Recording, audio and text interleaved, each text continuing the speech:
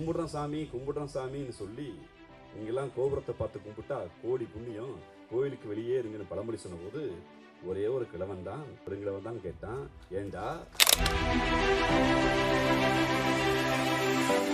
ஒருபோதும் தமிழர் பெருமை பேசியவர்களை பெரியார், ஆனால் தமிழர் உரிமைக்காக பெரியாரை தவிர யாரும் விருந்ததில்லை என்பதுதான் தமிழ்நாட்டு வரலாறு.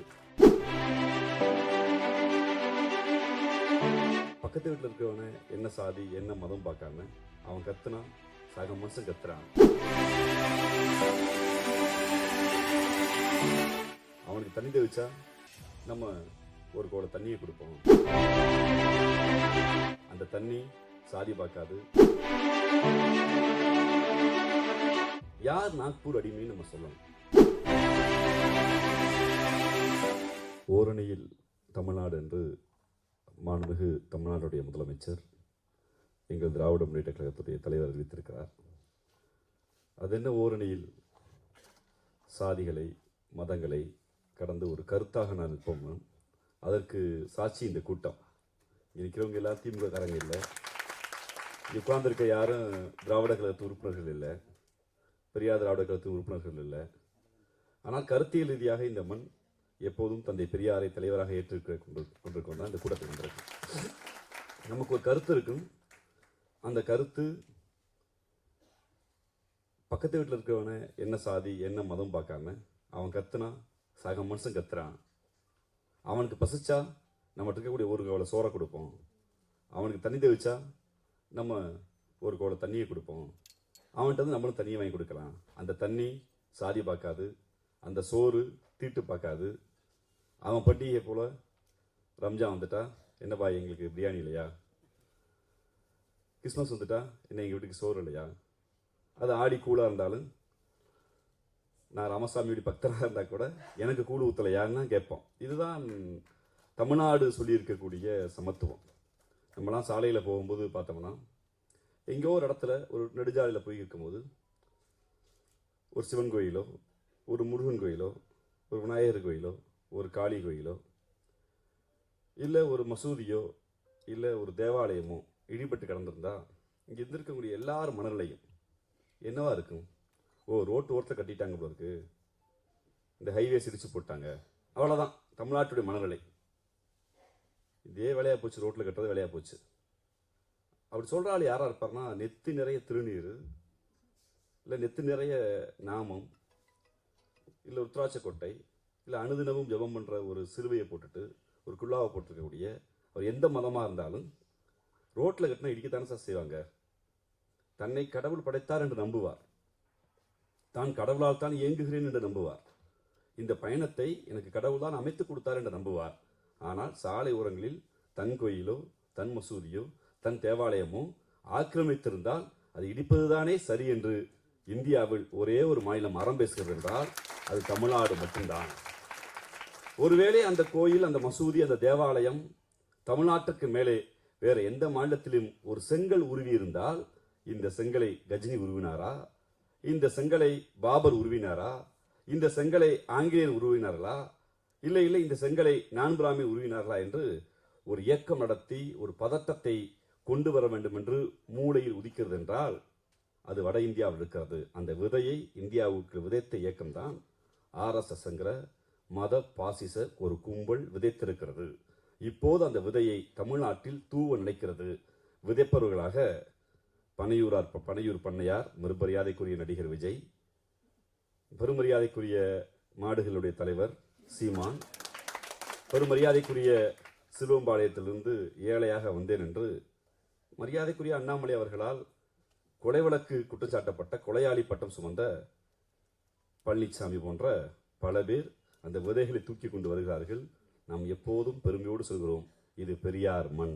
நாங்கள் எப்போதும் மனிதத்தின் பக்கம்தான் இருப்போம். தம்பி இந்திரகுமார் பேசும்போது கூட பெரிய வாள் கண்டெடுத்தான். வாள் கண்டெடுத்துட்டா எவ்வளவு போரின் மீது எனக்கு நம்பிக்கை இல்லை. வாள் ஒருவேளை போரின் பெருமிதமாக இருக்கலாம். அதை தாத்தன் செஞ்சாலும் பாட்டன் செய்தாலும் இன்னொரு போரை இன்னொருத்தர் மீது திணிப்பதில் எனக்கு உடன்பாடு இல்லை. எங்களுக்கென்று ஒரு நாகரிகம் இருக்கிறது, அது மனிதத்தை காதலிக்கிற நாகரிகம். அந்த காதலை சொல்லிக் கொடுத்த ஊர் தமிழ்நாடு.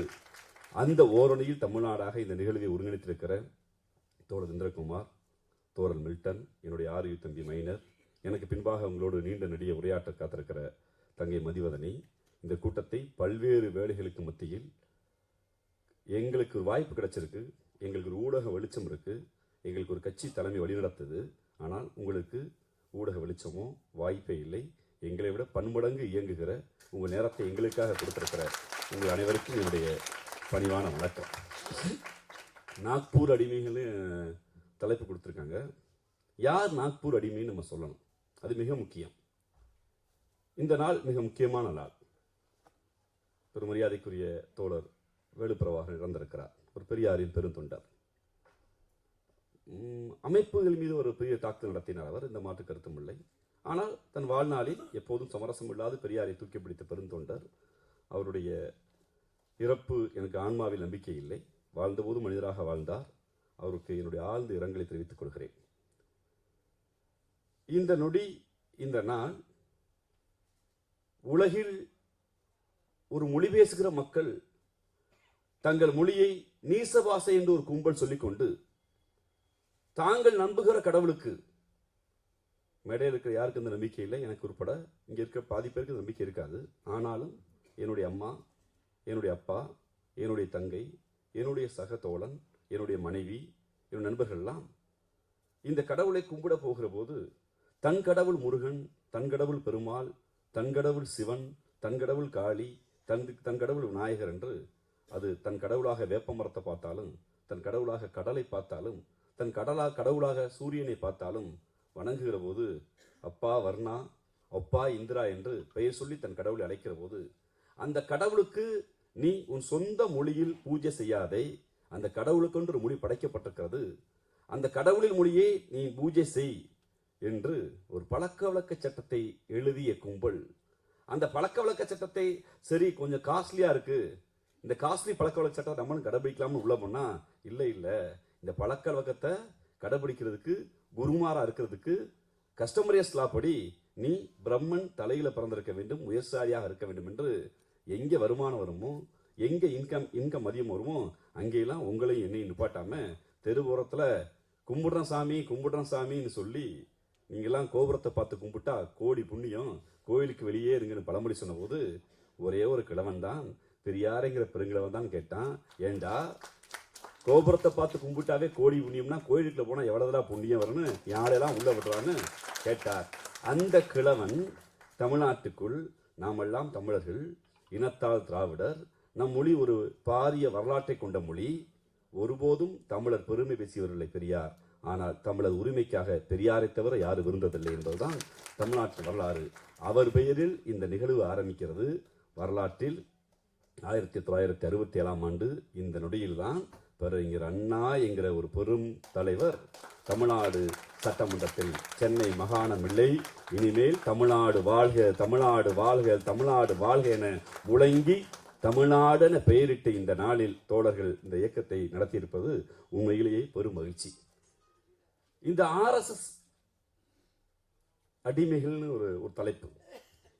ஏன் அடிமைகள்ங்கிறோம்? இந்தியாவுடைய அரசியலமைப்பு சட்டம் உலக நாடுகளுக்கு முன்பு, உலக நாடுகள் எல்லாம் எப்போதும் நாம் மனிதர்களாக நாம் படைக்கப்பட்ட போதே ஒரு அரசு என்கிற எந்திரம் வர வேண்டும் என்று சில பேர் படைத்தார்கள். அதை பேராசான் காரல் மார்க்ஸ் சொல்கிறார், அரசே இல்லாத உலகுதான் மானுடம் தான் உண்மையான விடுதலை. அப்படின்னா என்ன யாரும் கேள்வி வைக்காத, நான் உன்னை கேள்வி வைக்க மாட்டேன், கான்ஸ்டபிள் நிறுத்தாத, போலீஸ்கார் நிறுத்தாத, அமைச்சர் இருக்க மாட்டார், முதலமைச்சர் இருக்க மாட்டார், அப்படி சிஸ்டமே இருக்காது, மனிதர்களாக இயங்குவோம் என்பது ஒரு பூரண விடுதலை. அதை அறிவாசான் காரல் மார்க்ஸ் கனவு காண்கிறார். ஆனால் இடைக்கால ஏற்பாடாக இந்த சமூகத்தில் அரசு ஒன்று அமைய வேண்டும் என்கிற போது, அந்த அரசு அமைந்த போது இந்தியாவுடைய அரசமைப்பு சட்டம் என்று ஒன்று அமைகிற போது, அந்த அரசமைப்பு சட்டத்தின்பால் ஒரு அமைப்பு இயங்கும் என்றால், இந்தியாவில் எழுதப்படாத ஒரு அரசமைப்பு சட்டத்தை எழுதி ஒரு பாசிச பயங்கரவாத மத அமைப்பு இயங்குகிறது என்றால் அது RSS என்கிற அமைப்பு தான். அரசமைப்பு சட்டத்துக்கு சில நோக்கங்கள் இருக்கிறது. இந்தியாவுடைய அரசமைப்பு சட்டம் எல்லோருக்கும் எல்லாம் கொடுக்கிற we the people of India, இந்திய மக்களாகிய நாம் ஜனநாயக குடியரசாக எழுத்தில், பேச்சில், நடமாடுவதில், வணிகம் செய்வதில் ஒரு சுதந்திரம் வேண்டும். இந்த நாடு ஒரு சோசியலிச இந்த நாடு ஒரு செக்குலரிசமாக விளங்க வேண்டும் என்று எண்ணிலடங்காதவோர் எழுதி பேசினார்கள். அது அரசியல் சட்டம். அதேபோல் இன்னொரு அமைப்பு ஒன்று பேசுகிறது, இந்த நாடு எப்படி இருக்க வேண்டும் என்று. அன்பு கொண்ட நண்பர்களே, உங்களுக்கு தெரியுமா, அரசமைப்பு சட்டத்தின்படி நீதி வழங்குகிற உச்ச நீதிமன்ற நீதி அரசர்களில் இதுவரைக்கும் 52 பேர் இனிமே வந்து போயிருக்கிறார்கள். அந்த 52 பேரில் 97 விழுக்காடு இருக்கக்கூடிய நான் பிராமணிகள் என்று சொல்கிற பார்ப்பன அல்லாதோர் வெறும் 3 இல்ல 4 பேர் தான். அரசியமைப்பு சட்டப்படி இயங்க வேண்டும் என்று நாம் கருதுகிற அந்த அரசியமைப்பு சட்டத்தில் நீதி வழங்குகிற அந்த இடமே அப்படி இருக்கிறது என்றால், அரசியமைப்பு சட்டப்படி இயங்க மாட்டேன், இந்தியாவில் இருக்கிற அனைத்து கட்சிகளையும் இயக்குவேன், கோயில்களை இயக்குவேன், கடவுளை இயக்குவேன் என்று சொல்கிற RSS உடைய தலைமை பதவிக்கு இதுவரைக்கும் ஒரு நான் பிராமில் வந்ததில்லை. ஜனா கிருஷ்ணமூர்த்தி வருவார், வெங்கையா நாயுடு வருவார், ஏன் ஆடு அண்ணாமலை கூட வருவார், கொஞ்ச நாள் கழிச்சு பனையூராரும் போகலாம், பெருமரியாதைக்கு சீமானும் போகலாம், எடப்பாடிகளும் போகலாம். அவர்கள் அடிமைகள். அவன் ஒரு கருத்தை எழுதுவான், அந்த கருத்தை மக்கள் மன்றத்தில் விதையுங்கள், அந்த கருத்தை மக்கள் மன்றத்தில் கொண்டு போய் சேருங்கள். நாம் அவர்களை அடையாளப்படுத்த வேண்டும். எப்படி அடையாளப்படுத்த வேண்டும்? நேற்று முன்தினம் இந்தியாவுடைய எஜுகேஷன் பாலிசியை தீர்மானிக்கிற NCERT மிக முக்கியமான சில முடிவுகள் எடுத்திருக்கிறது. அந்த முடிவில் மிக முக்கியமான ஒன்று, இந்த CBSE பாடத்திட்டத்தில் திப்பு சுல்தான் குறித்தும் ஹைதர் அலி குறித்தும் மைசூர் போர் குறித்தும் இருக்காது, இனிமேல் இருக்காது. என்றால் அவர்கள் இஸ்லாமியர்கள், அவர்கள் பாடத்தை என்ன சொல்ல போகிறோம் என்று. நாம் இந்த நேரத்தில் தான் மத சுதந்திரம் குறித்து பேசுகிறோம், நாம் மதத்துடைய வெளிப்படைத்தன்மை குறித்து பேசுகிறோம், நாம் மதச்சார்பை குறித்து பேசுகிறோம், நாம் யார் திப்பு சுல்தான், யார் ஹைதர் அலி என்பதை பேசியாக வேண்டும். பேசுகிற போது தோழர் இந்திரா சொன்னார், கோவையில் ஒரு கூட்டம் என்று. கோவையுடைய அடையாளமாக இருப்பது கோணியம்மன் கோயில். கோவன்புத்தூர், கோவன் என்ற அரசன் ஆண்டான், அதான் கோவன்புத்தூர் கோயம்புத்தூராக மாறியது. அது பெரும் அடையாளம் கோணியம்மன் கோயில். குண்டுவெடிப்பு நடந்தபோது அந்த இடத்திலிருந்து தான் சங்கிகள் தங்களுடைய களரி ஆட்டத்தை ஆரம்பித்தார்கள், மத பயங்கரவாதத்தை ஆரம்பித்தார்கள். அந்த கோணியம்மன் கோயிலை கட்டி கொடுத்தவர் மாவீரன் திப்பு சுல்தான் என்பதுதான் வரலாறு. மாவீரன் திப்பு சுல்தான், மாமன்னர் ஹைதர் அலி யார் இவர்கள்? தமிழும் கன்னடமும் விளையாடுகிற சாம்ராஜ் நகர், மைசூர், சத்தியமங்கலம், கோயம்புத்தூர் என்று கொங்கு ரீஜன் என்று நாம் இன்று சொல்லுகிற, அது வெறுமன நாட்டொல்லி தமிழ் பேசுகிற பகுதி. தமிழும் கன்னடமும் கலந்து ஒரு காலத்தில் இருந்த அந்த பகுதியில் இந்தியாவின் மதச்சார்பின் அடையாளமாக இருந்தவர்கள். நம்முடைய பாட்டி வீர வேலுநாச்சிக்கு உதவி என்று வந்தபோது, தீரன் சின்னமலையுடைய பெருமிதங்களாக நாம் பார்க்கிற போது, தீரன் சின்னமலைக்கு மாமன்னராக இருந்தவர் யார் என்றால், தீரன் சின்னமலைக்கு மாமன்னராக இருந்தவர்கள் ஹைதர் அலியும் திப்பு சுல்தானும். நம்முடைய மருதவர்களுக்கு மாமன்னராக இருந்தவர்கள் ஹைதர் அலியும் திப்பு சுல்தானும். அப்படி ஒரு உறவு நமக்கு இருந்தது. காவிரி நீர் வராதென்று குட்டி இளவரசர்கள் உத்தரவு போட்ட போது, மேலே இருந்து கீழே வருகிற கீழ்மடை உரிமையை எவனும் தடுக்க முடியாது, முதலில் காவிரி நீரை திறந்து விடு என்று உத்தரவு போட்டவர் மாமன்னர் ஹைதர் அலி. இப்படி ஒரு வரலாற்று பாரம்பரியம் கொண்ட ஊரில் முதல் சுதந்திர போர் என்று வரலாற்று ஆய்வாளர்கள் பலத்தை எழுதுகிற போது மைசூர் போரை தவிர்த்து எழுத முடியாது. காரணம், மைசூர் போருக்காக ஆயுதங்களை கொண்டு போய் தன் மன்னர்களை காப்பதற்கு நமது பாட்டன் தீரன் சின்னமலை கிளம்பி போய் மைசூரை முற்றுகையிட்ட வரலாறு உண்டு. அவ்வளவு பெருமிதங்கள் கொண்ட ஊர்ல ஒரு 2 ஆண்டுகளுக்கு முன்பு நீங்க பார்த்திருப்பீங்க, ஒரு கதையாடல் சொல்லாடல் கர்நாடகாவோட அரசியலை தெரிந்தவர்களுக்கு தெரியும். கெம்பேகவுடா, கோரேகவுடான்னு 2 பேர். யார் இவர்கள்? கெம்பேகவுடா, கோரேகவுடா யார் என்றால், கர்நாடகாவுடைய ஆட்சியை பிடிப்பதற்கு முன்பு கர்நாடகாவுடைய சமூக மாற்றத்தை, கர்நாடகாவுடைய அரசியலை தீர்மானிப்பதற்கு RSS ஒரு உரையாடலை ஆரம்பிக்கிறது. கவுடா என்கிற ஒரு சமூகத்தில் உங்களுடைய தலைவராக இருக்கிற கெம்பேகவுடா, கோரேகவுடாவை கொன்றவர்கள் யார் தெரியுமா? கொன்றவர்கள் மாவீரன் திப்பு சுல்தானும் ஹைதர் அலியும் என்று வரலாறு ஆரம்பிக்கிறார்கள். இந்த கெம்பேகவுடா, கோரேகவுடாவுடைய படங்கள் இல்லை, படங்கள் கிடைக்கவில்லை. அவன் தேடுகிறான், எங்கு தேடுகிறான் என்று. நம்ம ஊர்லயே நம்ம ஊர்ல இந்த ஆடு அண்ணாமலையை கூப்பிட்டு நம்ம ஆளுகளும் ஏதோ நம்ம மொழியிலேயே கத்துறாரு, நம்ம மொழியிலே பேசுறாருன்னு மருதுவருக்கு நிகழ்ச்சி நடத்துறாங்க. மாமன்னர்கள் மருதுவர்களுடைய புகழஞ்சல் நிகழ்ச்சி. அந்த ஆடு அண்ணாமலை மருதுவர் நிகழ்ச்சிக்கு வர்றாரு. இந்த 2 படத்தை பார்க்கிறாரு. 2 படத்தை கொண்டு போய் இந்த 2 முகங்களை, தமிழ்நாடு அரசு வெளியிட்ட 2 முகங்களை அப்படியே கொண்டு போய் கர்நாடகா சொல்லிட்டான், இதுதான் கெம்பேகவுடா, கோரேகவுடா. இவர்கள் தான், இந்த இருவரைத்தான் ஹைதர் அலி திப்பு சுல்தானும் கொண்டாங்க அப்படின்னு ஒட்டுமொத்த கவுடா மக்களை இஸ்லாமியருக்கு எதிராக திரும்பினான். அந்த ஆடு அண்ணாமலைக்கு சொல்ல வேண்டும், மருதிருவர் தன் வாழ்நாள் முழுக்க மருதிருவர் தன் சண்டையிடுகிற போதெல்லாம் எந்த மாமன்னனை நோக்கி நீ என்னுடைய அரசர், நீ என்னுடைய பங்காளி, என்னுடைய தோழன் என்று ஹைதர் அலி திப்பு சுல்தானை ஏற்றுக்கொண்டார்கள் என்கிற வரலாறை தமிழ்நாடு தான் சொல்ல வேண்டியிருக்கிறது. இல்லை என்றால் RSS கும்பலுக்கு நாம் அவர்களுடைய கதைகளுக்கு அடிமையாகி விடுவோம். ஒரு கதை தானே, சாதாரண கதை தானே. நீங்க திராவிட இயக்கம் என்று நாம் நம்பிக்கொண்டிருந்த இந்த இயக்கம் இதோடு பால்பட்டு விடக்கூடாது என்று என்னை போன்றவர்களும் ஊடகவாதிகளில் பங்கேற்க எல்லா முற்போக்காளர்களும் அதிமுக திராவிட இயக்கம் தாங்கன்னு பேசணும்ல. அந்த மூளையில் இன்னைக்கு இந்த திராவிட மூளையிலடா, அந்த மூளைக்குழுக்கெல்லாம் சங்கி மூளைன்னு ஒரு குரல் வருதா இல்லையா? எடப்பாடி ஏதோ ஒரு கருத்தை மாத்தினார்ல, ரொம்ப முக்கியம். எடப்பாடி அவர்களுக்கு நீங்க எதை பார்த்தாலும் எப்படி தெரியும்னா, நமக்கு இது தமிழா இல்ல இந்த நிலம் என்னவாக இருக்கிறது, உரிமை என்ன, மக்கள் தெரியும். ஆனா எடப்பாடிக்கு எல்லாமே செங்கல், இது சிமெண்ட், இது ரோடு, இது எவ்வளவு கமிஷன்ங்கிற அந்த சொல்லோட தான் தெரியும். அந்த மூளை எவ்வளவு தெளிவாக, எவ்வளவு ஆழமாக இந்தியாவில் யாரும் போராடாமல், இந்தியாவில் யாரும் எழுதாமல், யாரும் பேசாமல் HRNC ஆக்ட் வரல. கோயில்கள் எல்லாம் மன்னர்களால் கட்டப்பட்டது. மன்னர்கள் இந்த வரியை மக்களிடமிருந்து வாங்கினார்கள். மக்கள் தங்கள் அரசனுக்கு கொடுக்க வரியில் அரசன் அன்று ஆண்ட அரசர்கள், நமது அரசர்கள் உட்பட முதல் சேவை மக்களுக்கு செய்வதை விட தன் கடவுளுக்கு செய்வதுதான் பெரியது என்று நம்பி தொலைத்திருந்தார்கள். அதனால் தான் நம்பிய சிவனுக்கு, முருகனுக்கு, பெருமாளுக்கு எல்லா மன்னர்களும் கோயில் கட்டினார்கள். நம்முடைய பக்தர்கள் எல்லாம் இந்த கோயிலுக்கு காணிக்கையாக கொடுத்தார்கள்.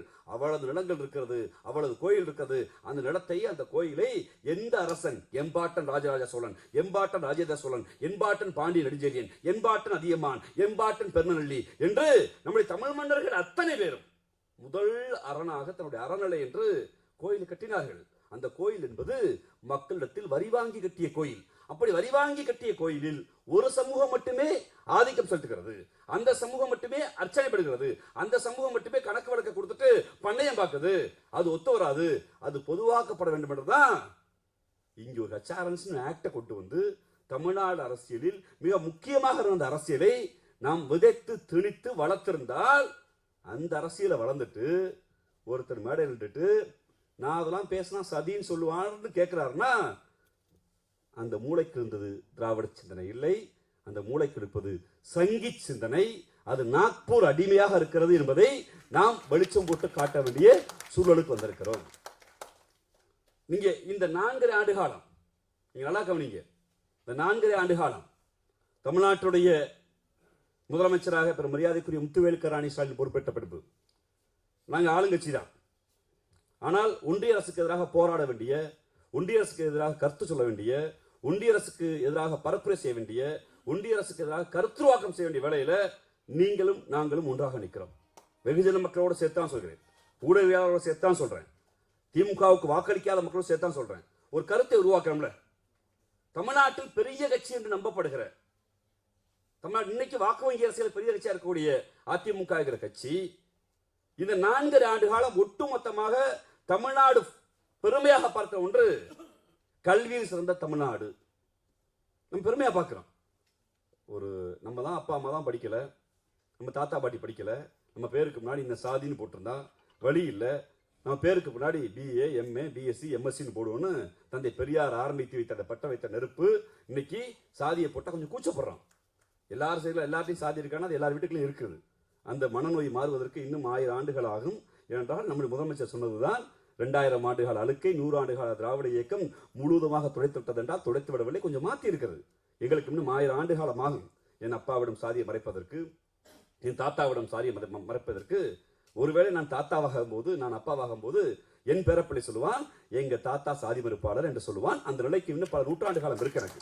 ஆனால் அதற்கு எதிராக ஒரு கருத்தை தொடர்ந்து பேச வேண்டிய தேவை இருக்கிறது, தொடர்ந்து கருத்துருவாக்கம் செய்ய தேவை இருக்கிறது. இந்த 4.5 ஆண்டுகளில் பல்கலைக்கழக மானிய குழு என்று ஒன்று வந்து ஒட்டுமொத்தமாக பல்கலைக்கழகங்கள் மீதும் கல்லூரிகள் மீதும் தாக்குதல் நடத்தி கல்வியை மானிய பட்டியல் ஒன்றிய பட்டியல் என்கிற வாதத்தை எல்லாம் தாண்டி கல்லூரி பாடத்திட்டத்தில் ஒன்றிய அரசு தலையிட்டு நொறுக்குகிற போது இந்த எடப்பாடி எங்க மிச்சம் சாப்பிட்டுக்குதான்னு கேட்கிற கேள்வி இருக்கு. நான் தான் கல்லூரி கட்டினே, நான் ஆட்சியில் 70 பிரின்சிபல்ஸ் நியமிச்சனே. ஆமா சாமி, நீ நியமிச்ச. ஆனா கல்லூரி கட்டுவதற்கு இந்த 4 ஆண்டுகளில் பேராசிரியர் சம்பளம் கொடுப்பதற்கு, பேராசிரியர் பதவி கொடுப்பதற்கு, லட்சக்கணக்கான மாணவர்களுக்கு பட்டம் அளிப்பதற்கு ஆளுநர் மறுத்த போது 4 வருஷம் முதலமைச்சர் நான் இருந்தேன். எங்க அம்மா இருந்தாங்க, எங்க ஐயா பெருமரியாதைக்குரிய எம்ஜிஆர் இருந்தாங்க. அவ்வளவுதான் இருந்த போது எங்களுக்கு சிக்கல் வரல. இப்ப ஏன்டா சிக்கல் கொடுக்கறேன்னு நீ மோடி எதிர்த்து பேசியிருந்தேனா, அமித்ஷாவை எதிர்த்து பேசியிருந்தேனா, உன்னை நாக்பூர் அடிப்பேன்னு சொல்ல மாட்டேன். பரவாயில்ல, கொஞ்சம் வேணும் தெம்பு திராணி உனக்கு இருக்குன்னு நினைப்பேன். இப்போது சொல்கிறேன், நாங்கள் உறக்க சொல்கிறோம், நாக்பூர் அடிமைகள் என்பது நேரடியாக நாக்பூர் எப்போதும் வராது. அது ஒருபோதும் வெளியே வராது. அது அதிகார மையம். நாக்பூருடைய வெறும் நாக்பூர் நமக்கு ஆரஞ்சு மட்டும் தான் தெரியும். ஆனால் நாக்பூருக்கு உள்ளே இருக்கக்கூடிய பெரிய சுத்தி மதில் சுவரால் கட்டப்பட்ட அந்த கோட்டைக்குள், அந்த இரும்பு கோட்டைக்குள் தமிழ்நாட்டுக்குள் இருந்து போகியவர்கள் சிலவே சொற்ப பேர் தான் இருப்பார்கள். அதற்கு உள்ளே போவதற்கு சில தகுதிகள் இருக்கிறது. அந்த தகுதிகளை வாக்கு வங்கி அரசியல் இருக்கிற நான் வெளிப்படையாக சொல்லிவிட முடியாது. ஆனாலும் இங்கு கோயிலுக்குள் போவதற்கு என்ன தகுதி வேண்டும் என்று, சிலையை தொடுவதற்கு என்ன தகுதி என்று சில தகுதி வைத்திருக்கானோ அதுபோல் ஹார்ட்கோரா உள்ள அந்த கட்டடத்துக்குள்ள வச்சிருக்கான். ஆனால் அவள் ஏஜென்ட்டுகளாக அடிமைகளாக சிலர் அனுப்புவான். அப்படி அனுப்பப்பட்ட ஏஜென்ட்டுகளில் பிரதானவர் தான் இப்போது அவர்கள் தேர்ந்தெடுக்கிற ஆயுதம் எடப்பாடி பழனிசாமி என்கிற ஆயுதம். இன்னொரு ஆயுதத்தை இப்போது கொண்டிருக்கிறார்கள் மிஸ்டர் பெருமதியாக்கு நடிகர் விஜய். நான் போகிற இடம் முழுக்க சொல்லுதுண்டு, நீங்கள் இந்த கருத்தை உருவாக்கித்தான் ஆக வேண்டும். ஏன் மேடையில் பாயசமும் பாயாசம்னு பாயசத்தை ஒருத்த ஒன்றா வைக்கிறான்னா அவனுக்கு உண்மையிலேயே அரசியல் தெரியவில்லை, மனநலம் பாதிக்கப்பட்டிருக்கு என்றுதான் எடுத்துக்கொள்ள வேண்டும். பாசிசம் என்கிற வார்த்தையை பயன்படுத்தியதற்காக, நீங்கள் பாசிசத்துக்கு எதிரானவர் என்று சொல்வதற்காக லட்சக்கணக்கான உயிர்களை இந்த மாவட்டம் எடுத்திருக்கிறது. இவர் பாசிஸ்ட் என்று சொல்கிற போது, ஆம் பாசிஸ்ட் என்று சொல்லி ஜனநாயகவாதிகளை, பொதுவுடைமைவாதிகளை, பொதுமக்களை அடால்ஃப் ஹிட்லர் என்கிற மனிதன் துடிதுடித்துக் கொண்டிருக்க வரலாறு உண்டு. பாயசம் என்கிற பெயரை சொல்லும் போதே நடுநடுங்கிய காலங்கள் உண்டு. ஹிட்லர், முசோலினி என்று எழுதுகிற போதே பாசிசவாதிகள் என்று பயந்த காலம் உண்டு. அந்த பாசிசத்தை ஒருவன் ஜெனரலைஸ் பண்ணி ஜஸ்ட் லைக் தட் தானே அப்படி ஒருத்தர் கடக்கிறான்னா, இது ஒண்ணு சினிமா டைலாக் மிஸ்டர். எங்களுடைய எண்ணிலடங்காத எங்களுடைய மூத்தவர்கள் எல்லாம் எழுதி எழுதி எழுதி பேசி இங்கு கருத்தை உருவாக்கி எது பாசிசம் என்று வகுப்பெடுக்கிற போது நீ கம்பேர் பண்ணி திமுகவும் பாசிசம் ஒன்று சொல்றேன்னா உனக்கு பாடம் எடுக்க வேண்டிய நிலை இருக்கிறது. மிஸ்டர் விஜய், உங்களுக்கு தெரியுமா, நான் கோவையில் ஆர்ப்பாட்டத்தில் பேசிய போது கூட சொன்னேன், ஒருவேளை பீகாரில் பிறந்திருந்தால், யூபியில் பிறந்திருந்தால் நடிகர் விஜய் என்ன ஆயிருப்பார்? ஒரு கற்பனை, என்ன ஆயிருப்பார் யோசித்து பாருங்கள். தமிழ் சினிமா என்பது பெரிய சினிமா ஊடகம். இன்னைக்கு ஏதோ ஒரு ஊர்ல, கன்னியாகுமரியிலையோ, ராமநாதபுரத்திலேயோ, தேனியிலையோ, ஒரு கிராமத்திலேயோ, ஏன் பெருமரியாதைக்குரிய மாடுகளுடைய தலைவரான சீமான் இளையாங்குடியில் பிறந்திருக்காருல, இளையாங்குடியில் பிறந்து BA பட்டம் வாங்கிட்டு நான் சென்னைக்கு போனா பொழைச்சுக்குவேன், எனக்கு நல்லா கதை எழுத தெரியும், நான் நல்லா வசனம் பேசுவேன், போய் திரைக்கதை வசனம் எழுதலாம், நான் நல்லா நடிப்பேன், நல்லா ஆடுவேன், நல்லா பாடுவேன்னு திரு சீமான் போன்று பல லட்சக்கணக்கான கருப்பு தேகம் தொங்க தொங்க சொந்த ஊர்ல இருந்தா சாதி அடையாளம் இருக்கு, சொந்த ஊர்ல இருந்தா மத அடையாளம் இருக்கு, சொந்த ஊர்ல இருந்தா என் அப்பம் பார்த்த தொழில நீ பனையேறான்னு சொல்லுவான், வளையலான்னு சொல்லுவான், ஆடு மாடு மேய்டான்னு சொல்லுவான், செருப்பு தேய்டான்னு சொல்லுவான். அதுக்கு பின்னாடி ஒரு தீண்டாமை வரும், இந்த ஊரே வேணாம், நகரத்துக்கு போய் சென்னைக்கு போய் பொழைக்க போறேன்னு லட்சக்கணக்கான தோழர்கள் சென்னை நோக்கி வந்தோம்ல. நான் கவிஞன் ஆகிறேன், நான் எழுத்தாளர் ஆகிறேன், நான் நல்லா நடிப்பேன், நடிகர் ஆகிறேன், நல்லா இசையமைப்பாளர் ஆகிறேன், நான் நல்லா பாடுவேன், பாடகராகன்னு ஒரு நம்பிக்கை விதை இங்கு வைத்திருக்கிறது அல்லவா. இந்த நம்பிக்கை விதை இந்தியாவில் ஒரு 4 நகரை தவிர எந்த நகருக்கும் இல்லை. அது என்ன 4 நகர்? ஒன்று சென்னை என்கிற நம்முடைய இந்த சினிமா உலகம், கோடம்பாக்க உலகம். இன்னொரு உலகம் 1960களில் தமிழ் சினிமாவிலிருந்து பிரிந்து போன தெலுங்கு சினிமா. இன்னொரு உலகம் 1980களில் தமிழ் சினிமாவிலிருந்து பிரிந்து போன கன்னட சினிமா. இன்னொன்று 2000களில் தமிழ் சினிமாவிலிருந்து பிரிந்து போன மலையாள சினிமா. 4 சினிமா உலகம் இருக்கிறது. மலையாளத்தில் ஒருத்தன் கண்ணூரிலோ, ஒருத்தன் மலப்புறத்திலோ, ஒருத்தன் கொச்சினிலோ, ஒரு திருவனந்தபுரத்தில் பிறந்தவன் எனக்கு நடிக்க தெரியும், எழுத தெரியும், பேச தெரியும் என்றால் கிளம்பி கொச்சின் போ, நீ ஒரு சூப்பர் ஸ்டாராக வளரலாம். வளர்ந்து நிற்கிறார். மலையாளத்தில் சூப்பர் ஸ்டாராக மம்முட்டி வளர்ந்திருக்கிறார், மோகன்லால் வளர்ந்திருக்கிறார், இசையமைப்பாளராக எண்ணிடங்க வளர்ந்திருக்கார்கள்.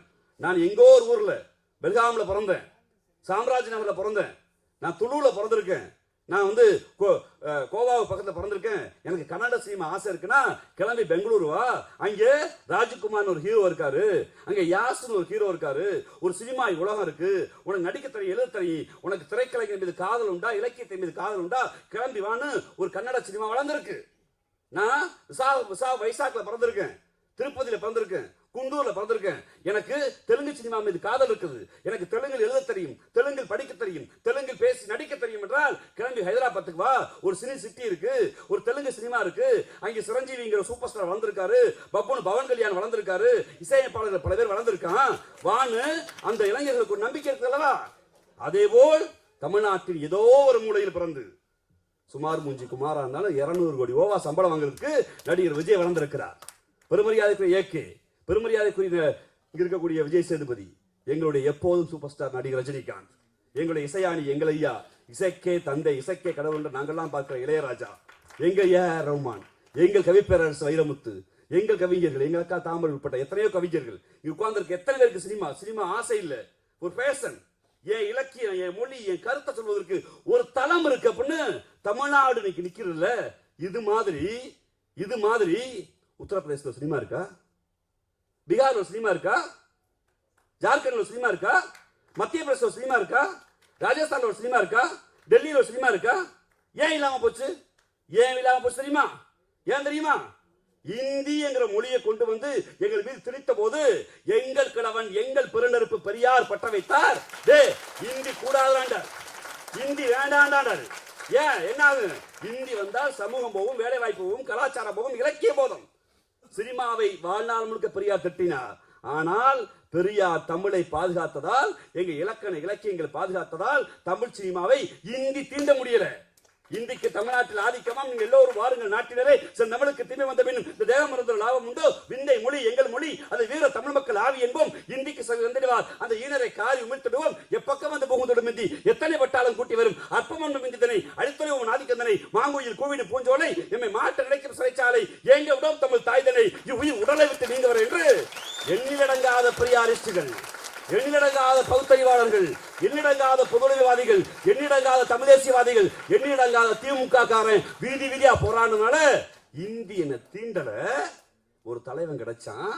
ஆனா அதே நேரத்தில் யூபி காரனு, பீகார் காரனு, மாப்பி காரனு, ஜார்க்கண்ட் காரனு இந்தி படிச்சா வேலை கிடைக்கும் போல, இந்தி படிச்சா முன்னேறலாம் போலன்னு தன் தாய்மொழி அவதிய, தன் தாய்மொழி சாந்திலிய, தன் தாய்மொழி மைதிலிய, தன் தாய்மொழி போஜ்புரிய, தன் தாய்மொழி மார்வாரிய மறந்துட்டு ஹிந்தி படிச்சான்.